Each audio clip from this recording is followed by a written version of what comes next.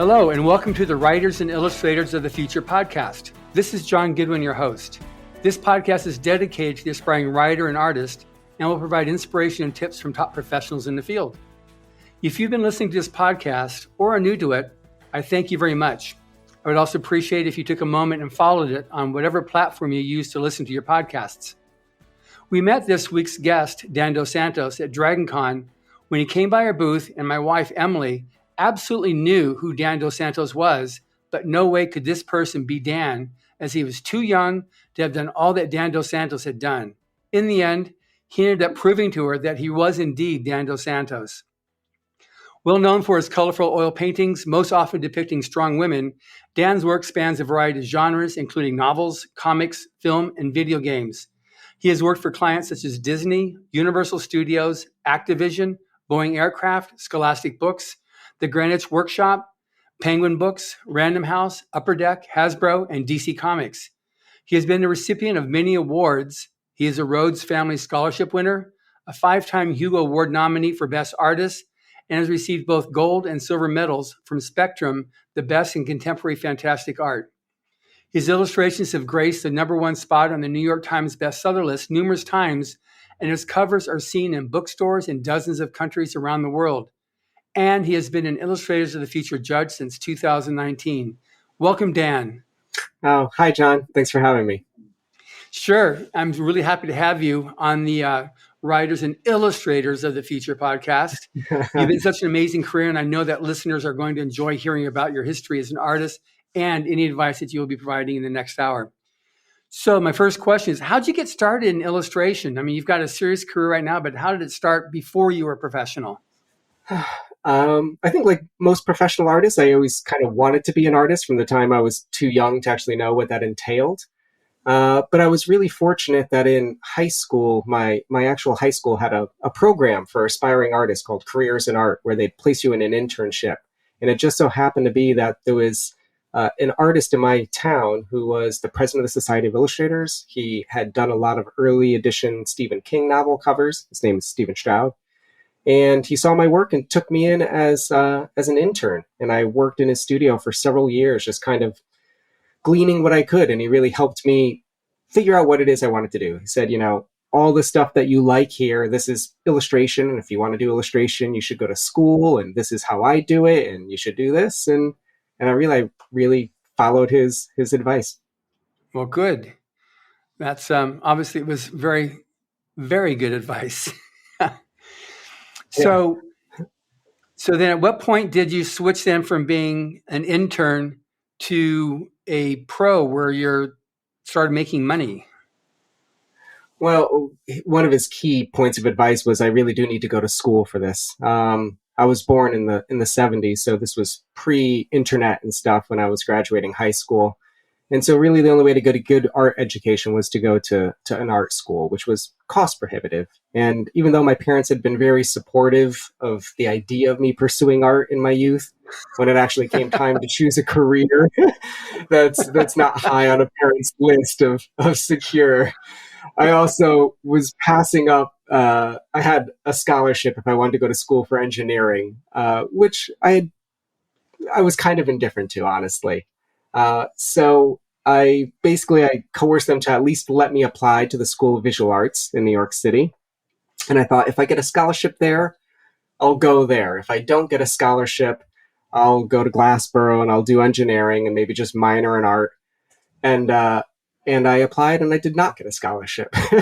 And I thought, I really don't want to do this other thing. I want to do art. This is what I've always wanted to do. So I just ended up, paying for the majority of school myself and taking out exorbitant loans and really busted my butt. I couldn't afford to live in Manhattan to go to school, so I commuted 5 hours a day to go to school in New York, which really was too much, probably 5.5 years in retrospect. But I did it. I was really serious about it, and because it was coming out of my pocket, I was probably more serious about it than many of the other students. And I ended up graduating top of my class. And then when I graduated, it's kind of this, you get a degree, but you're still not actually an artist. That doesn't guarantee any jobs. So I moved back home and just started hustling, doing any work I could, portraitures, painting people's pets, anything. And eventually I started getting illustration jobs that just sort of snowballed into this career you see now. Wow, that's amazing. So, who have been some of your inspirations? What other artists have been like your inspirations?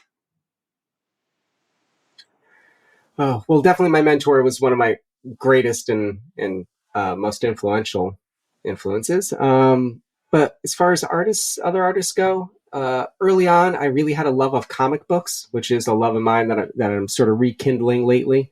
So a lot of comic book artists like Jim Lee and Todd McFarlane were really influential to me in my teens. And then later on, artists like Joe Jusko and Michael Whalen and H.R. Giger, who are all illustrators, some bordering on fine arts, and all painted traditionally and very realistically, particularly like Michael Whalen and Joe Jusko. Joe Jusko did a lot of comic stuff, so he was my segue of this kind of traditional American comic book style into painted realism. And I saw that and I thought, that's what I want to paint. And Michael was just kind of like, I think he's been many illustrators sort of influenced, that he's just been doing sci-fi fantasy for so long and is so exceptional that it's hard not to be influenced by him. And so when I went to school, I thought, okay, that's what I want to do. So I focused on painting, picked up oils, and just did that one thing until I got really good at it. So is oil, is that like your favorite medium that you work in? I think that's probably fair to say. After doing this for 20 something years, the novelty of any new medium is sort of fun and exciting and makes it feel your favorite. But oils is certainly my forte and the most versatile and the one I use the most. Yeah. What for you makes it the best? I think it can emulate just about every other medium. More so, well, now digital can emulate pretty much everything. But, I can make oils look like gouache. I can make them look like acrylic. I can kind of make them look like digital. Quite often people think my work is digital. But it gives me a lot of versatility, and I think nothing else can quite imitate oils the way nothing can do what oils can do. They're like in real life, the luminosity that comes off a really beautiful painting and just being able to see through layers of paint, nothing else can imitate that.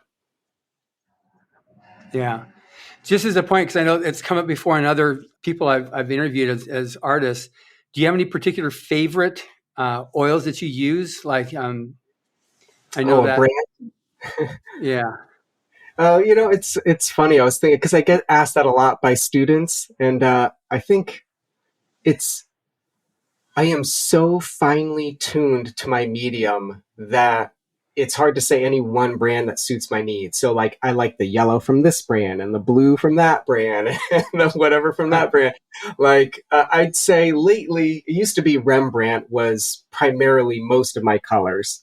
They've since gotten a little more expensive, and I've started to really enjoy Gamblin lately, which makes a ton of non-toxic options, and they make some wonderful grays that I love. But then there's certain colors that, like, I use Winsor Newton for their Indian yellow. I still use Rembrandt for their ultramarine blue, because little things that I like about them. That's interesting. So it's not like this is my brand. It's like I use whatever works. You spread the wealth. Yeah, that's interesting. If any artist is looking for a good brand to start with, though, I would probably say Gamblin is a wonderful price point and really high quality. Oh, good. Well, yeah. What makes an oil paint good as compared to others? Is it? Well, I think that's when it comes to the recommendations are hard because it really depends on the way you paint. So I know certain artists that love like a brand like Holbein because it's really buttery and slippery. But if you paint really impasto and you want very thick paint, it's going to work against you. So really it's just about it suiting my needs for the way I paint. So for me, I like things that are it has to be a little slicker than usual because I like to paint slick and refined and smooth. And I also kind of like my paints a little more transparent than most people because I paint so thin. I let my drawing come through a lot.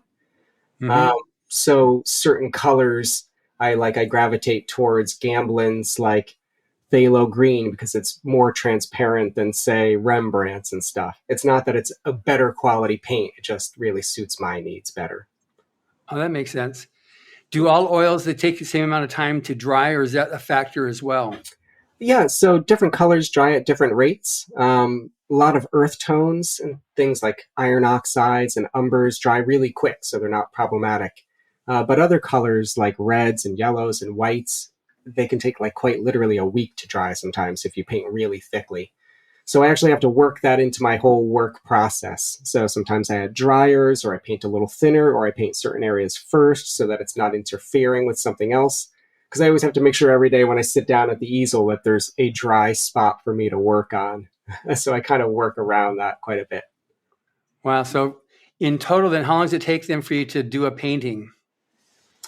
It depends on the painting. I could do a bad painting pretty quick. To do a good painting, like what you'd see on a bookstore shelf, is usually about a 2-week turnaround for me, which is, even that sometimes is cutting it close, but I'm getting faster in my years. The job I'm currently working on right now, which is just a series of paintings, I only get about 3 days of painting. So there's a lot of accommodations, and I'm just doing a different style. But something like, say, the Mercy Thompson books, that's about maybe 4 days of idea generation, just me coming up with sketches and concepts for the client, which is usually the hardest part of painting, actually. And then another couple days to compile reference. So I have to hire a model and find the perfect shots and go scout for backgrounds and things like that. And then I stick it all together, and then it gives me about maybe 7 days of actual paint time to complete it. Got it. And then on doing that, do you read the story first, or you're given a synopsis, or how do you know what to come up with that's going to make it accurate? It's the hardest part. In the case of something like probably one of the biggest series I mentioned, Mercy Thompson, is probably that, and Brandon Sanderson's books are probably the largest books I work on. They advertise so far in advance that there's not actually a manuscript for me to read yet. So just because they're popular books. So typically in that situation, I'll speak to the author. And in the case of Brandon or Patty, they just kind of like, we talk on the phone and they give me a little bedtime story and we figure out what we're going to do. And I get the general idea. And I'm familiar enough with both of their work that even a rough synopsis from them, like an outline, is going to help me. Any other job, if I do get a manuscript, I try to read the manuscript. Okay, so that's important. So for anybody who's like listening to this, it's important to actually know what's in the book, because nothing's worse than seeing a cover where it just totally is contrary to what the story is. Yeah. Well, it also, and it's funny, like, say the Mercy Thompson series again, I'm very familiar with those books, intimately familiar with them, and the covers are still inaccurate.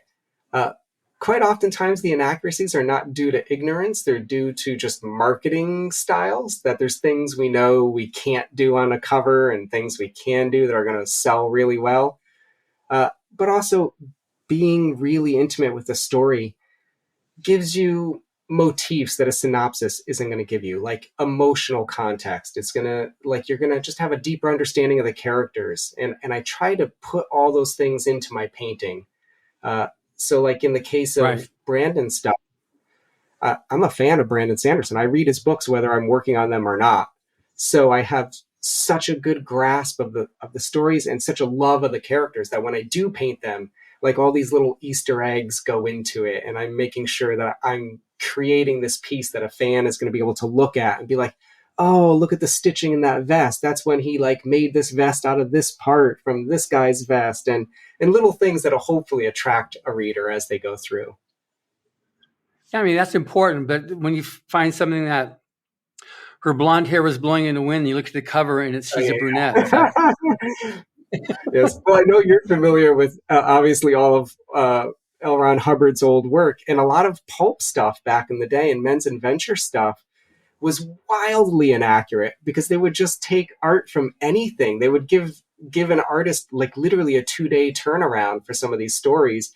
And they're like, yeah, there's a dame and a guy. And it's like, and they're painting whatever. And it just got slopped on there. Now publishers are pretty astute about that stuff, and it doesn't happen quite as bad anymore. But yeah, you do want it to be an accurate reflection. It's never going to be Yeah, flawless, but right. It's interesting, like some of our first judges for the Illustrators of the Future contest were Ed Cartier and Frank Kelly Freas, and they talk about illustrating Ron Hubbard's work. And Ron Hubbard actually wrote to Ed Cartier thanking him because he had illustrated a lot of the old Doc Methuselah art and covers, and he thanked him for being so good and just for really getting what was the stories. And they responded that it was really easy to illustrate Hubbard's work because it was so visual in what they're writing, so it was very easy for them to be able to illustrate that, which they appreciate because some writers are not easy to illustrate.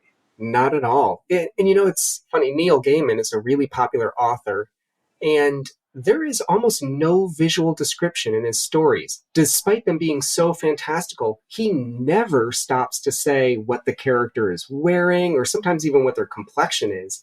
And you realize, like, they made American Gods into a TV show recently, and I watched it and I thought, that is nothing like what I pictured this book to be in my head. And then I went back to the book and I realized there was no contradiction. It was just completely left up to the reader. It was like, and so you end up filling in all these blanks, creating your ideal world sort of thing as you go. But yeah, I appreciate authors who are very visual.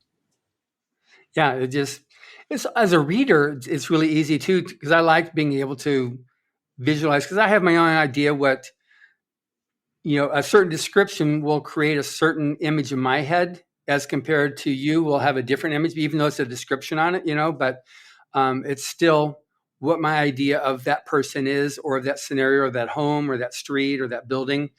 And that's where having like a really good artist that can get in there and kind of like being in tune with what the writer's saying to be able to really give something that people go, wow, I get that. Yeah, that makes sense to me, because it's hard and it's really important. But that's one of the things that illustrates the future contest that people, one of the things that's a take home is like, it is important with the illustration is because it together with the story makes it a lot stronger communication. Absolutely. And if you get it right, that's great. Yeah. Communication is key. It's what separates an illustrator from a fine artist to me, is this idea of storytelling, that it's for the audience's benefit more than the artist's benefit when you create these works. So telling them something and informing them or swaying their vision as they read that story is really imperative. It is. And your art definitely does that. And that's one of the things, even that in the illustrators workshop that's given here, one of the things on some of the different essays that Mr. Hubbard wrote, he talks about art is the quality of communication, so, at what point does it violate that? And that's where you run into problems where you have sometimes art will be so out there, it doesn't really communicate. People are, what is that? I don't understand it. I mean, I just saw something just the other day where someone sold, it was nothing. And they sold it as a piece of art. It was actually nothing. It was an empty space. And they sold it. He got like $30,000. It was like, really? Yeah, it was 18,000 euros or something. It was nothing. It's not art, And I think you could almost go the opposite way. I think you could almost provide too much information in a piece of art sometimes too. I think I see sometimes young artists feel this need to be so accurate to the story that they almost spoil the joy a little bit, that they take out a little bit of the mystery, or they're just depicting a scene too literally as opposed to, the overall flavor of the book.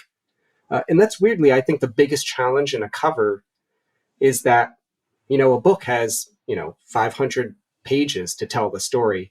As an illustrator, you get one image, and you're not just trying to tell a scene, you're not just trying to tell a character, you're trying to tell an entire story in one image. And so that really means it's like after you eat a good meal and like you have this flavor left in your mouth that kind of, it's not one element of the meal, it's just the whole meal as a flavor.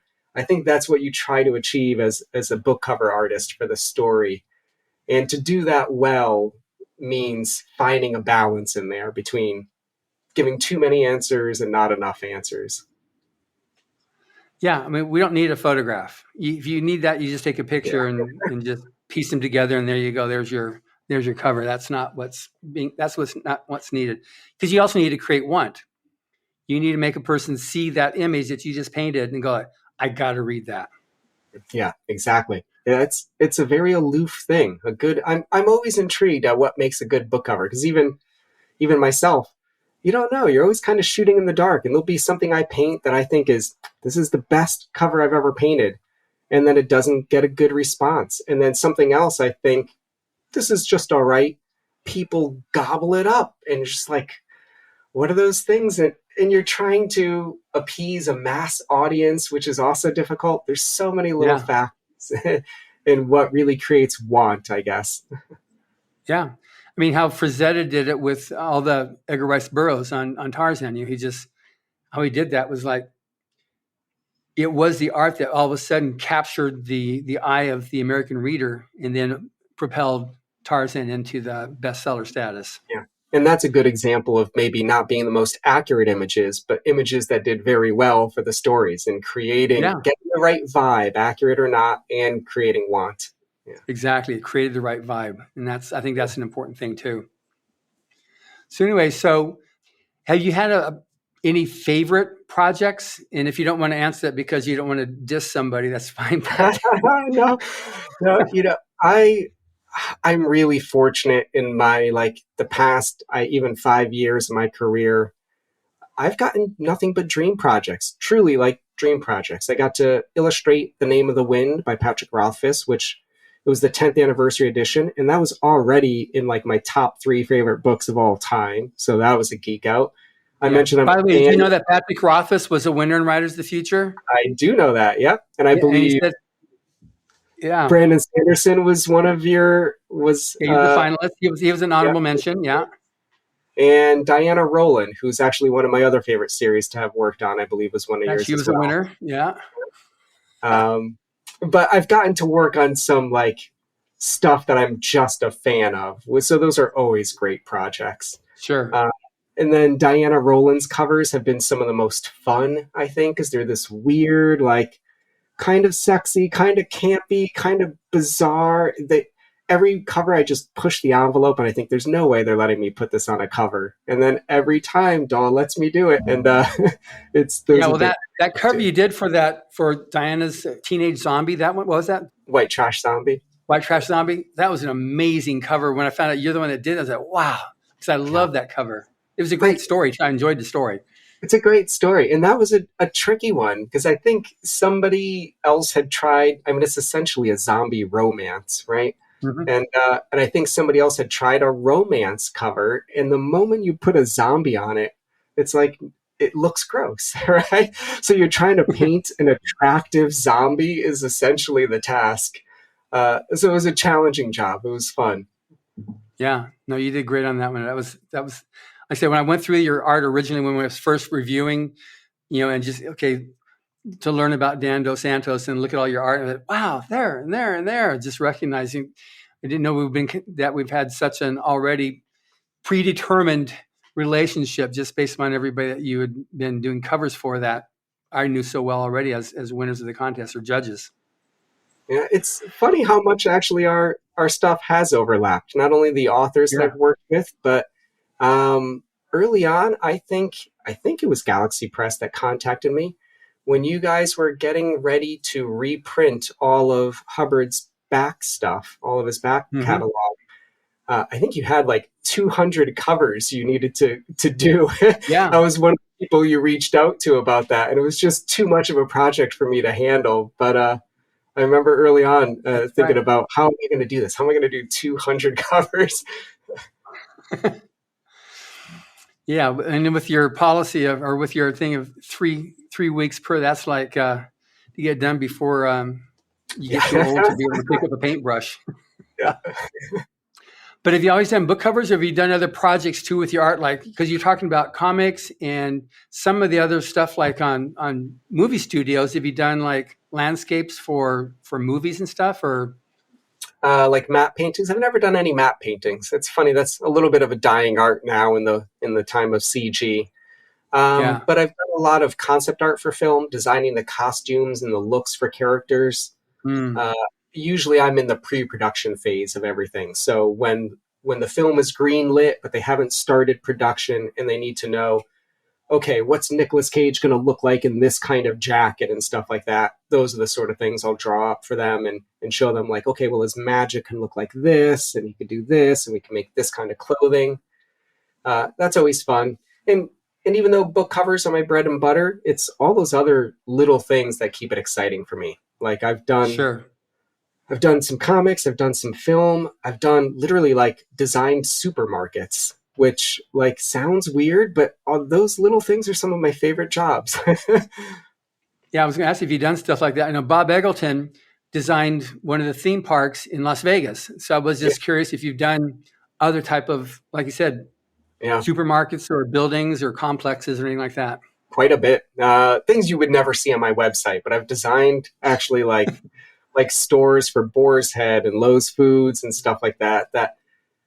It's always about, they hire lots of artists to do these things. And most of them tend to be architects who have a very like, even though they're creative, an architect isn't giving them a sense of what does it look like when the sunlight comes in through the skylight and hits your produce section and stuff.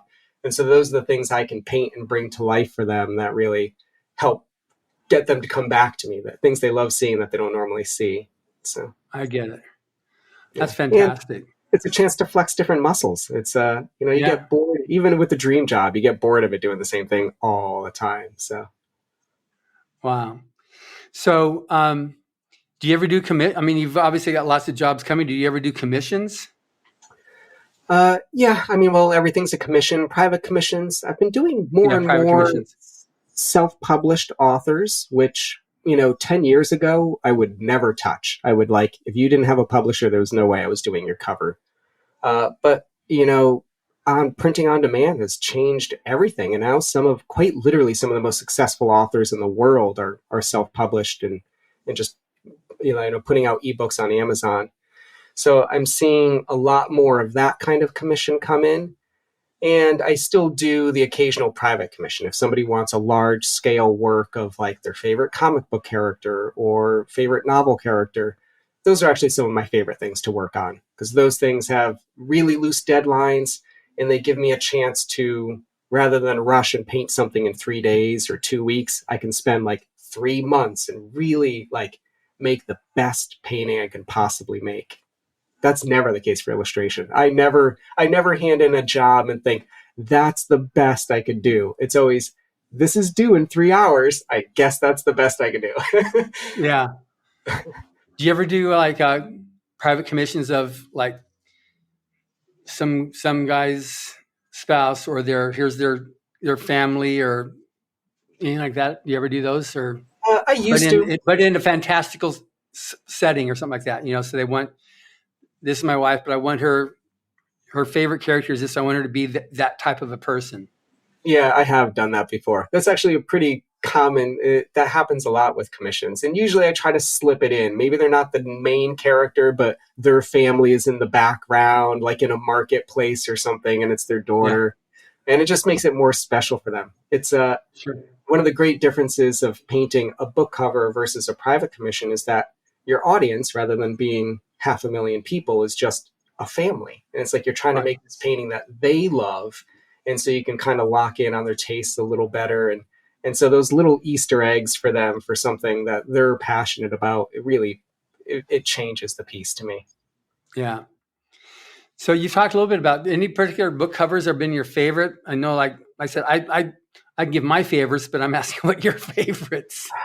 I think my favorites, I think that White Trash Zombie is up there, particularly the second one, I think, is the White Trash Zombies. Even White Trash Zombies Get the Blues, and it's a girl in a bathroom stall. It's the only painting I've ever done that my wife likes.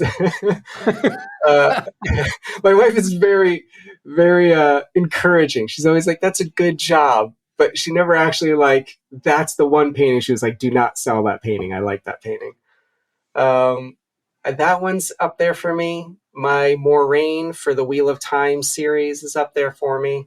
Yeah. And I'd say my rose red for DC Comics, which is kind of this woman in a gold armor holding a sword, is Yeah, another that's one of my awesome. favorites. Thanks. So you really like the strong female character in your. Yeah, that just seems to be the theme in those three paintings, doesn't it? Yeah. I don't know if that's why I like them, but it seems to be what I'm good at. And so I do get a lot of those commissions.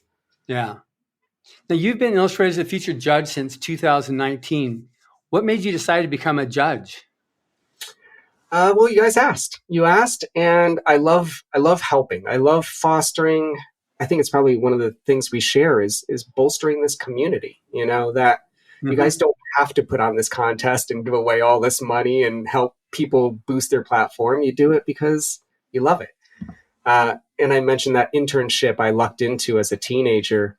It literally changed the course of my life. And I think if I could pay that forward in any way possible, I like to do that. And students in particular are something I like helping. So I run a website called Muddy Colors, which is just free art education articles every single day of the week, just truly to help bolster young students. And then contests like this, if you guys ask, it's truly my honor to help. I love it.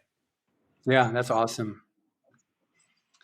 So this is a contest that was created by L. Ron Hubbard in 1983, and because of the success of the Writers Contest, the Illustrators Future Contest was created. And I would imagine, having gone to school then, that you'd be familiar with like Frank Kelly Freas, because he was the first coordinating judge. But we had some of the amazingly great, talented artists from the pulp fiction eras. We had, like I said, Ed Cartier, and I don't know if you knew Leo and Diane Dillon. Diane Dillon still lives in New York. We had H.R. Van Dongen. Will Eisner was one of the first judges. Obviously, Frank Frazetta, Jack Kirby, Paul Lair. And then we also had Gary Meyer's been a judge for a long time. He's retired now, but he did some of our paintings for us too. We also, just really worked on creating that contest and just opening it up for the aspiring artist to be able to get that opportunity to do it. And these are all people, those are mostly people, half of those guys had illustrated Hubbard's writings from the pulp fiction era. So they were already familiar with him as a writer and wanted to support it because nobody was doing this. Nobody was providing a competition, an even playing field for aspiring artists and writers. Because everybody, all you ever see when you do your judging is the art in a number. You have no idea who it is.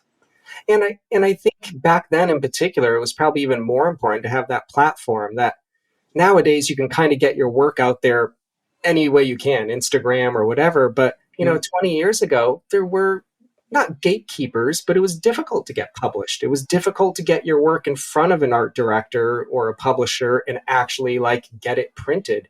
So having this platform for young artists to do that is just invaluable. Yeah. And one thing that happens too is that for every winner we do media. I set it for radio, TV, or print interviews with them. And invariably every year, one or two of the illustrators will immediately be picked up from one of the press releases and hired to do all time, not just book covers, but they'll be hired to do, art for all types of different things, just because people see, we put it out there in front of other people to see. And because they're a winner of a contest that's been around for over 3 decades, it tends to show that these guys have risen a little bit to the top. So you got a better bet in hiring these guys to do it. So a lot of guys get their first jobs because of being promoted by the contest. It's a great thing you're doing. It's a little bit of a catch-22 in this industry that people often ask, how do you get book cover jobs? And the easiest way to get a book cover job is to have book covers on the shelf already. It's how do you get your first one? That's the hardest. But once it's out there, every other publisher sees it. Art directors look at the books on the shelf, and that's your best form of advertising, is really the fact that you've already doing this. And then they see a book that's successful, and it's well, I want my book to be successful. And it really does snowball and compound into a career. Yeah. And several times the illustrators and the writers, when they come out, the 12 winners of each of the contests, a lot of times they'll team up and they'll do books, just helps them go, yeah, can you do my cover? I got this book I'm doing, or children's books. They need an illustrator for their children's book. They'll work like that, or they got illustrations. They need an author to help write stuff for it. It's amazing how many teams have been resulted from this contest. That's been really good too. That's another great aspect. I hope you never change, by the way, is the in-person workshop stuff. The meeting your peers face to face and meeting like-minded artists. It's what made art school worth it for me, is going to a place where everybody else was as into this thing as I'm into, and like actually being able to exchange ideas with them and everything, and not just send texts, and not just, even though there's so much information to be gleaned online, from interviews like this included, it doesn't compare to actually face-to-face interaction with somebody. Yeah. Are you familiar with Sean Tan? Have you heard of him? Oh, very familiar. Yeah. He was a winner several years ago. He's one of our judges now, but he also won an Oscar a few years ago for Best Short Film. But when he won the contest back in volume, 18 or 15 or something like that, when he came out to the awards event, which that time was held at in New York at the UN, he never met other illustrators. He was out there in Australia, and he thought he was by himself. He thought he was the odd man out, the odd artist out, because he loved his science fiction. And when he came out and found all these other people, like, there's other people like me. Yeah. He was so excited, because this was before the internet had really taken off. So he was just amazed how many other people like him there were. And that's what you really find here with the judges and the winners. You got all these like-minded souls that are just totally willing to help each other and treat everybody like brethren. Yeah. Yeah. And in illustrators in particular, most of us work from home and we have no coworkers. And I think creativity feeds on inspiration. And when you're just stewing in your own studio, recycling the same ideas, that's difficult. And getting into an environment where you're with another artist, it bolsters growth. It's like, it gets you excited to paint again. I was doing a concept art push, and there were a couple other artists there, Ian McCaig and Carla Ortiz, who are brilliant artists that I love. And we were working on this project together. And I swear, just 3 days with this group of artists, I probably learned more in 3 days than I've learned in the past 10 years, just being on my own. And it was just people exchanging like, oh, you don't have this Photoshop brush, you should take this. And what, you're not using this scanner, you should be doing this. And like, it was so good. It was like, oh, it's like being in art school all over again. So I'm just curious, what, if you have any particular favorite forms of art, because like I said at the beginning, when I announced you that you were the gold and silver medals from Spectrum, the best in contemporary fantastic art. That has a certain like style of art that makes into Spectrum.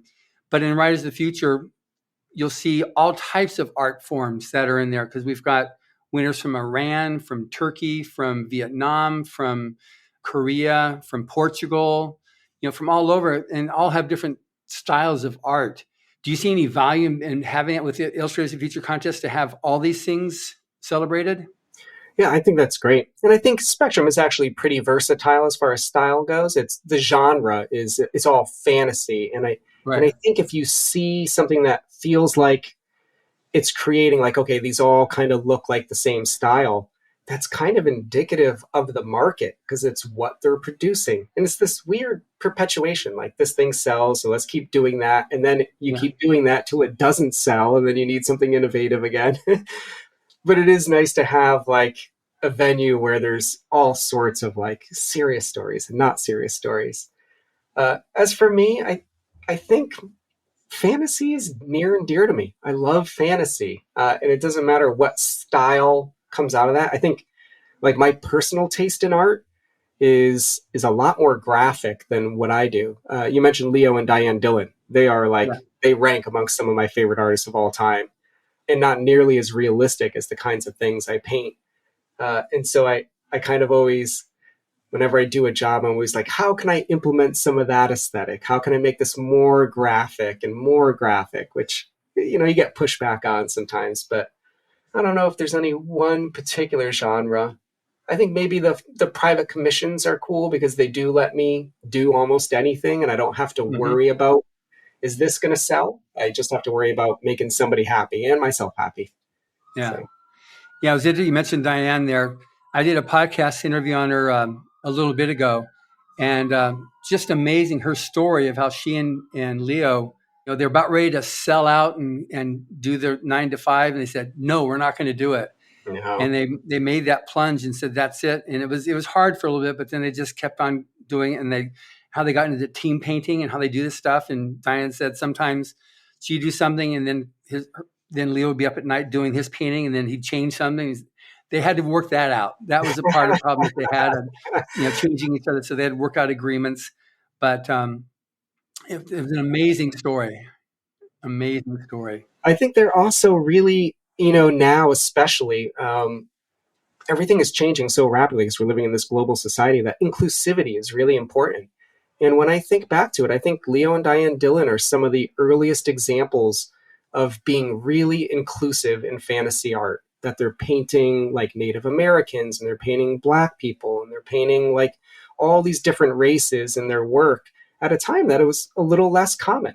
And now it's almost a selling point. Everybody like insists on it because they want to be progressive and stuff. But I give Leo and Diane Dillon a lot of credit for that in this industry. Yeah. Yeah. And she's such a sweet lady. Even now, like I said, I talk to her every couple of months. I'll call her, say, how you doing? And she's great. She still judges the contest. I was going to say we hang a lot of art in our house, all of it original art. There's only 2 people's work in my house that I hang posters of, and that's Mobius and the Dillons. The Dillons hang above my bed, actually. Wow, that's great. Yeah, Mobius was a judge also for a while too. Ah, really? Wow. Yeah. Man, you guys have quite the roster. Yeah. We got this really cool guy now too. His name's Danielle Santos. Yeah, it's not like those other ones, though. Well, I beg to differ. But anyway, at what point were you able to quit your day job?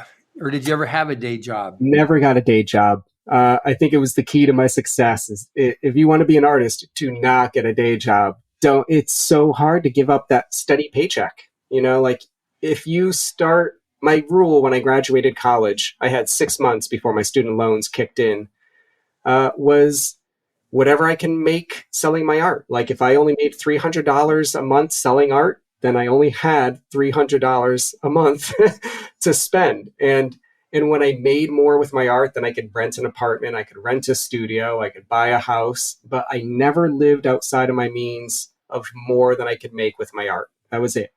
And I think a lot of people get in this, they get day jobs and then that pays pretty well. So then before you know it, you have all these expenses that a burgeoning art career cannot cover. So you can never leave that job. And you can't actually take book cover work because you don't have the time to take off of your day job in order to really do a full career anyways. So it becomes really tricky. People who make that transition, that's really difficult. Kudos to those people. But I've always thought it's a lot easier to just be poor when you're young and dumb and don't care and just hustle real hard. And the more you make at art, then you're entitled to spend more. Wow. That's good. I mean, sometimes we've had some winners that are like in their 60s. And for them, they've already had a career, and now they've always wanted to be an artist. They said, hey, I want to do it. And so they enter the contest, and they win. And it's not like Grandma Moses necessarily, but it's that type of a thing. They're looking for another career, and they enter the contest and they win. Then they start doing their art then. I actually have a lot of students that are of retirement age, and you realize they don't need to work anymore. And it's this thing they've wanted to do for so long that they've loved and put on the back burner to live life and pay bills, that now they can finally enjoy for the true sake of just enjoyment, which is really awesome. Yeah. But it's interesting. That's, so they both count, they both qualify for entering the contest, and art is art. And it's the importance of art. Even when things get really gnarly in society, all the more importance that artists are able to do their thing and put a little bit of that creativity that seems to get locked away when people are shuttered for a year and a half. Yeah. Yep. And it's funny how much those things really do, they take a toll on everything. Yeah. I know a lot of artists, I mean, we all work from home anyway, so the actual quarantine didn't matter, but somehow just like it really, I know a lot of artists that struggled this year, just mentally being locked Yeah. up and not getting a chance to go out. And like, I get to see my friends about 4 times a year when I do conventions. And they are truly my best friends in the world. And they live in Australia or something. And I get to see them so rarely that to go a whole year without it, it was like, I realized I was getting depressed. It was like, I'm missing my Yeah. friends. I counted on that time with them. Yeah. Yeah. I'm still looking forward to DragonCon. Are you going to be at DragonCon this year? It's the only one I'm doing this year. Yes, I will be there. Yeah. So we're all excited about that. And we're already in touch with a lot of the judges and because we do our annual dinner. We've got a writer and illustrator dinner that we do there at Miss Pitty Pat's, Awesome. which is an amazing restaurant. Cool. And so it's great. And even DragonCon puts our dinner into the schedule so it doesn't conflict with other things that these judges have. So they can all attend the writers and illustrators of the feature dinner at DragonCon at Miss Pitty Pat's. Yeah. And I'm not doing DragonCon. DragonCon is the most lucrative convention for me, but it's by no means the reason I'm doing it. It's like, oh, I get to go. I know Joni will be there. My Patty Briggs will be there. It's a family reunion. Yeah, nice. Absolutely. That's like definitely half of it. Yeah. So now you mentioned earlier that you went to college, art college. Mm-hmm. So what's the value in getting educated in art, whether an art school or online courses? Because it's a bit different now with a lot of online courses. So different. What will that do for someone to actually have a base in what you get from an art school? Well, I don't know that I would recommend art school nowadays. I can't think of a really good art school, a 4-year program that's affordable, and I don't want to. I know it's expensive to run, like SVA, my alma mater. I mean, owning a building in Manhattan is so cost prohibitive that, of course, the tuition needs to be high. Are you going to get, it would be like, it's probably $150,000 to get a 4-year degree there now. And I don't know that that's worth it. If I were to redo it now, I would probably do extended workshops or mentorships mixed with online learning. So something that still gives you face-to-face interaction. Say, like, I think I always try to think of it. I always debate writing an article on that blog I mentioned about like how to get an art education for like $5,000 a year. But I would do programs like there's one called Smart School, which is like an intensive 14-week online mentorship, or something like Schoolism. And you're just learning that online, and then treat yourself to like 4 workshops a year where you fly to California and you, for $500, get to study with the exact artist you want to study with and meet all the other people that wanted to study with this artist, and then take that information back home with you. And you've still grown your community. You've still gotten face-to-face interaction, which if you want to be a traditional painter, learning to paint online is really hard because it's so tactile and physical. And I think that would probably give you a comparable education, if not better than what I received, just doing workshops and mentorships. Good. Okay. Because I think that's important that people want to know about that, because now, does knowing like the history of art, does that like do anything for you? Like, I know people in music, it definitely gives you like the history of music, how it's evolved, and to be able to incorporate stuff. I know Chick Corea he was a virtuous pianist in almost every style of music, and then he created his own, but he could then incorporate everything. Does that make a difference for you as well, knowing past? It does for me. I was really, when I went to SVA, truly, it was remarkable. Our graduating class was full of tons of professional artists now, like James Jean was there, and Tomer Hanuka, and Nicholas Uribe. We're all in my painting class. And so feeding off each other was brilliant. But one of the other great benefits was we had a man named Terry Brown teach a history of illustration class. And Terry was the director of the Society of Illustrators. And you realize that so many artists, like, the idea of art history spans, from Venus of Willendorf, which is like, 10,000 BC or something, to like Da Vinci, and then somehow stops. And nobody seems to learn about Bernie Fuchs, who was just working 20 years before you. And it's like, these are the people whose actual footsteps you're following in. And so many young artists don't know anything that happened in the 50s or 60s or 70s of art or in illustration. And so this class really opened my eyes to a lot of that. And you start to see the way trends are happening. And it gives you a better scope of where you sit in this bigger thing. So it did make sense that it would do that. It makes sense, but yet they don't. Like, you can get an illustration degree and never take a history of illustration course. That's absurd to me. But it's quite common. I was also really fortunate that my mentor was very into illustration. And so when I first learned to paint, I'm actually pretty versatile in my styles. Like, I can work pretty graphically and I can work in a lot of media because he showed me so many of those older techniques. And I never really learned digital until I was well out of school and stuff like that. But I think it was really important for my growth to know those other styles and stuff. Yeah. Wow. So now you've obviously gone through your curve and you've achieved, the level of success that you've got and continue to grow. But what are some of the common pitfalls an artist can expect to run into, and what advice do you have to help them avoid? There's so many, I guess.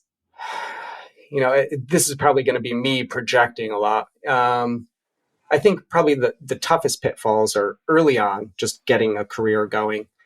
I think people immediately have this impression that you have to please everybody. Like, my portfolio needs to have a little bit of figure work and a little bit of landscape and a little bit of pets and animals and dragons and realism and abstract and everything, because you're trying to attract anybody. When you do that, you're letting everybody else choose your career for you. And people don't hire you because you can do everything. People hire you because you can do something no one else can do. And I think that's the real secret to making a career, is getting really good at something that's uniquely you and getting so good at it that nobody else could copy that even if they tried. And then when somebody wants that thing, you're the person they come to for it. They don't have a million people they can go to. Being a jack of all trades might get you work, but it will not get you a career, I think. Early on, do whatever you can. Make money, surely. But after a while, I think you do need to specialize a little bit more, even if for your own satisfaction. But I think it's you don't want to just be a chameleon your entire career. I think that's maybe one of the biggest earliest pitfalls. And then after that, I don't know. It's been, I don't want to jinx myself because it's been pretty smooth sailing for me. So I haven't had that's too. Great. I'm knocking on wood over here and the whole thing on that. So, yeah. But have there been any issues with contracts that you wish you'd have known beforehand before you got into it and got So maybe twice in my 20-something year career have I ever felt like I got cheated on something.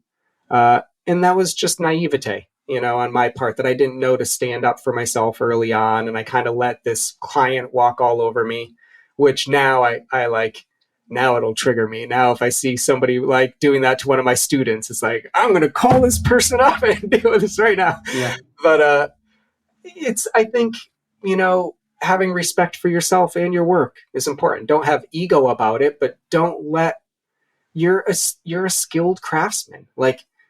The way somebody would treat a plumber, it's not too different. It's no, you don't tell the plumber how to fix your pipes. He knows, he's the expert. Yet somehow somebody hires an artist and then starts second guessing them all the time. And then the artist is well, I guess they know. It's no, you're the expert. Have a little and it's not just pride, but it's also, it's about guiding the job along and being in charge and presenting yourself like the expert and the trained professional in this regard. I think a lot of novices are too afraid to maybe stand up for themselves in that way. Right. So that's something it'll build. I mean, I imagine you can say don't do that, but also experience has a certain value. Yeah, you're probably going to learn that the hard way. Yeah. Okay, good. So So basically, that's good that you've had mostly the silver spoon all along the way, and so I have no intention of changing that device you used to feed your career. No, it's it's the other nice thing about this job is that people are happy about it. It's again, not to use the plumber analogy, but like if you hire a plumber, it's because something's wrong. Like you've got leaky pipes in your house and something. People who are commissioning artwork are usually excited about this. They have a book they love. They have money they're willing to spend on art because they love the art. So the process really is, it's nice. It's nice almost all the time. And when you hand in that job and your client freaks out because they love it so much, that's like just the icing on top. But it's truly, it's kind of the default in this industry that you're dealing with good people who like this thing. That's pretty rare. Most people's jobs are not like that. For sure. That's really good. And then I guess last question is like, any advice for how someone can improve their painting skills, just like paint, or is there anything else that they should do to? Drawing is key. I had a teacher that told me beneath every good painting is a great drawing. And for a long time, I hadn't realized what was holding my painting back was my drawing skills. Painting is essentially just coloring. It doesn't matter if it's crayons or whatever. If that drawing underneath is not good, no amount of painting will fix it. That, and I'd say my other big progress happened through life painting. The ability to see a model in real life with real light on their skin and all the colors that you can see in real life that you can't see in a photo, that really informed my painting early on. My ability to paint good portraits from life carried over into my illustration work quite a bit. That's great. That's awesome. This has been great having a chance to talk with you. So now if someone wants to be able to find you, what's the best way for them to discover Dan Dos Santos? Well, you can always go to my website, which is just dandosantos.com. You can follow me. I'm not the best at social media. I'm too old for that, maybe. But I try to post on Instagram on occasion. That's usually a more behind the scenes peek. And then one of my passion projects is a website called Muddy Colors, where just a whole bunch of friends of mine that are equally passionate about education kind of all got together and decided to offer a free resource for young would-be artists that every single day we post a free article that's just a glimpse of what it means to be a professional illustrator. Doesn't matter if it's about how to do your taxes or how this job happened or the like personal dealings you're dealing with. And we've been doing that every single day for 10 years now. And, wow. It's called Muddy Colors? Yeah. Mm-hmm. Yeah. And so I post maybe twice a month on there. I'll post something of mine, but every single day there's somebody of like extraordinary caliber sharing something about being an artist on there. That's awesome. That's awesome. Well, thank you very much. Oh, thank you. And thank you for listening. Subscribe to the Writers and Illustrators of the Future podcast, wherever you get your podcasts. We have also been syndicated on the United Public Radio Network, where you can find these podcasts as well by just typing in Writers of the Future. Again, I highly recommend you read the Writers of the Future series. These are, after all, who our judges have selected as the best of the best new writers and artists. They can be found at writersofthefuture.com, at Amazon, or wherever you get your books.